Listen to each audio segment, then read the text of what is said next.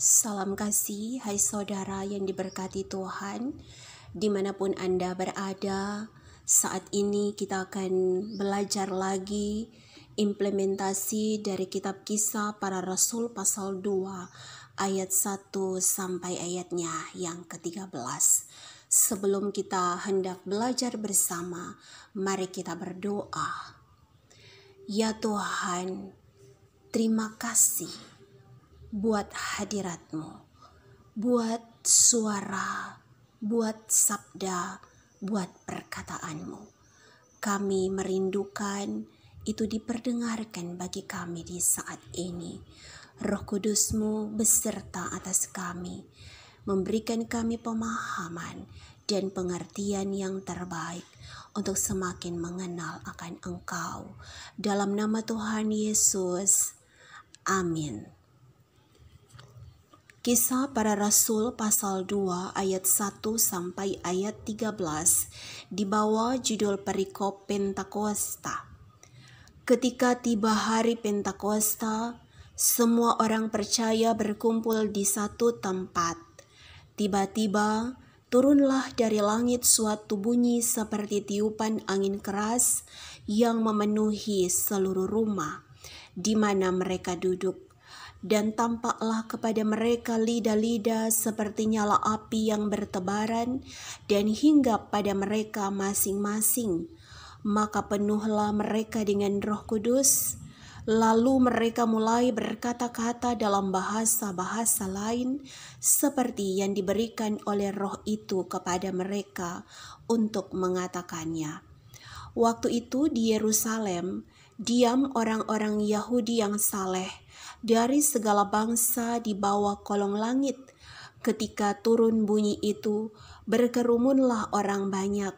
Mereka bingung karena mereka masing-masing mendengar rasul-rasul itu berkata-kata dalam bahasa mereka sendiri.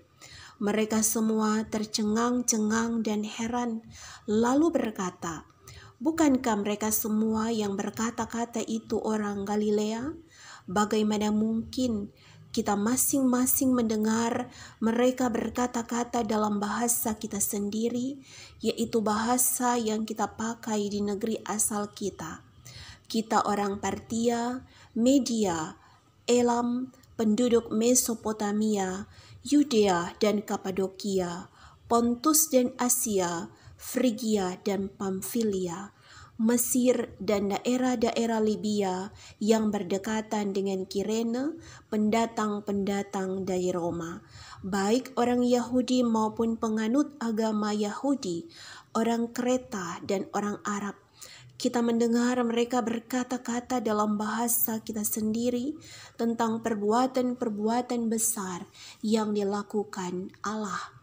Mereka semuanya tercengang-cengang dan sangat termangu-mangu sambil berkata seorang kepada yang lain, "Apakah artinya ini?" Tetapi orang lain menyindir mereka sedang mabuk oleh anggur manis.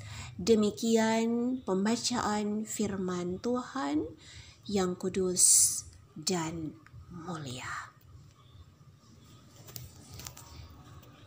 Kepenuhan Roh Kudus adalah tema perenungan warga Gereja Masehi Injili di Minahasa mulai tanggal 28 Mei sampai 3 Juni 2023. Roh Kudus adalah bagian dari Allah Tritunggal yang dijanjikan oleh Yesus Kristus sebelum ia naik ke sorga. Kisah Para Rasul pasal 1 ayat 8. Roh Kudus adalah penolong yang menyertai kita selama-lamanya. Injil Yohanes pasal 14 ayat 16. Dan Roh Kudus adalah roh kebenaran. Injil Yohanes pasal 14 ayat 17. Hari ini kita akan belajar mengenal bagaimana ciri-ciri dari kepenuhan Roh Kudus. bagaimana Roh Kudus memenuhi hati kita dan memenuhi hidup kita. Ciri yang pertama adalah merasa bingung. Kisah Para Rasul pasal 2 ayat 6. Dalam Kamus Besar Bahasa Indonesia, bingung artinya tidak tahu apa yang harus dilakukan, merasa khawatir, merasa gelisah. Saya percaya bahwa kita semua pernah berada di satu titik merasa bingung. Saya mau kemana? Mengapa seperti ini? Sampai kapan ini harus terjadi? Ketika persoalan, tantangan, dan masalah datang silih berganti. Tahukah kita, saudara, bahwa bagi orang percaya, bingung adalah sebuah awal untuk kita mengalami Tuhan.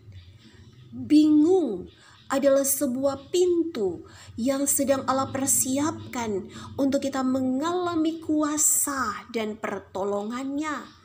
Mari kita lihat di ayatnya yang ke-6 dari Kisah Para Rasul pasal 2. Bahwa ketika orang-orang banyak itu bingung apa yang mereka sedang lakukan, mereka sedang mendengarkan perkataan-perkataan para rasul dalam bahasa-bahasa mereka sendiri.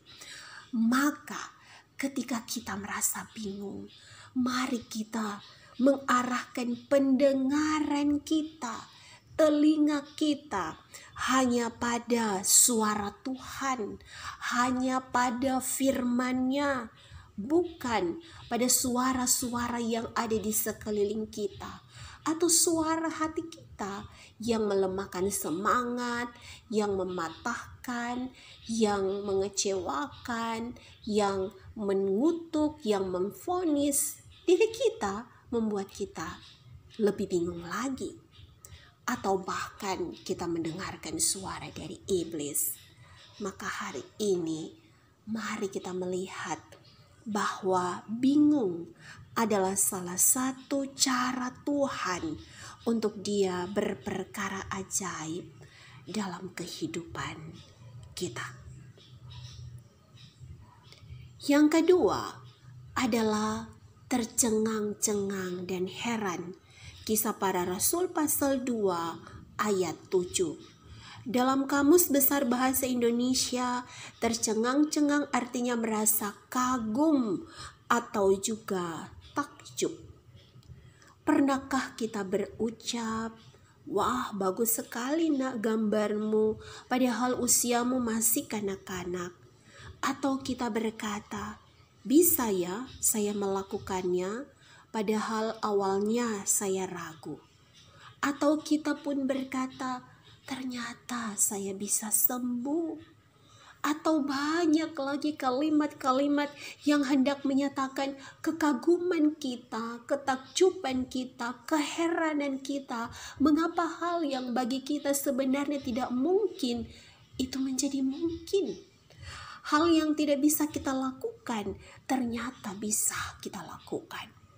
Sadarkah kita, saudaraku, saat kita merasa kagum, merasa takjub dan terheran-heran, itulah saat di mana Roh Kudus sedang memenuhi hati kita.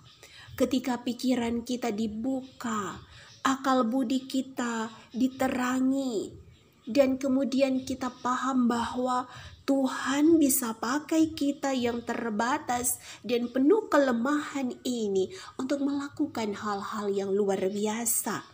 Seperti para rasul, 12 murid-murid Yesus. Mereka bukan kaum cendekiawan yang terpelajar. Mayoritas mereka adalah nelayan. Namun ketika Roh Kudus turun, mereka dapat berkata-kata dalam berbagai bahasa. Maka saudaraku, tercengang-cenganglah karena Roh Kudus sedang memenuhi hati dan hidup kita. Jemaat yang dikasihi Tuhan, maka di hari Pentakosta ini di hari ketuangan Roh Kudus. Sebagai orang-orang percaya, mari kita belajar dari para rasul untuk berdiam di suatu tempat saat menanti Roh Kudus Tuhan. Bagi kita di saat ini, tempat itu bukanlah di Yerusalem, tetapi tempat itu adalah hadirat Tuhan. Saat kita berdoa, saat baca firman, membangun hubungan intim dengan Tuhan, maka itulah saat ketika Roh Kudus turun seperti nyala api dan hinggap di kepala kita.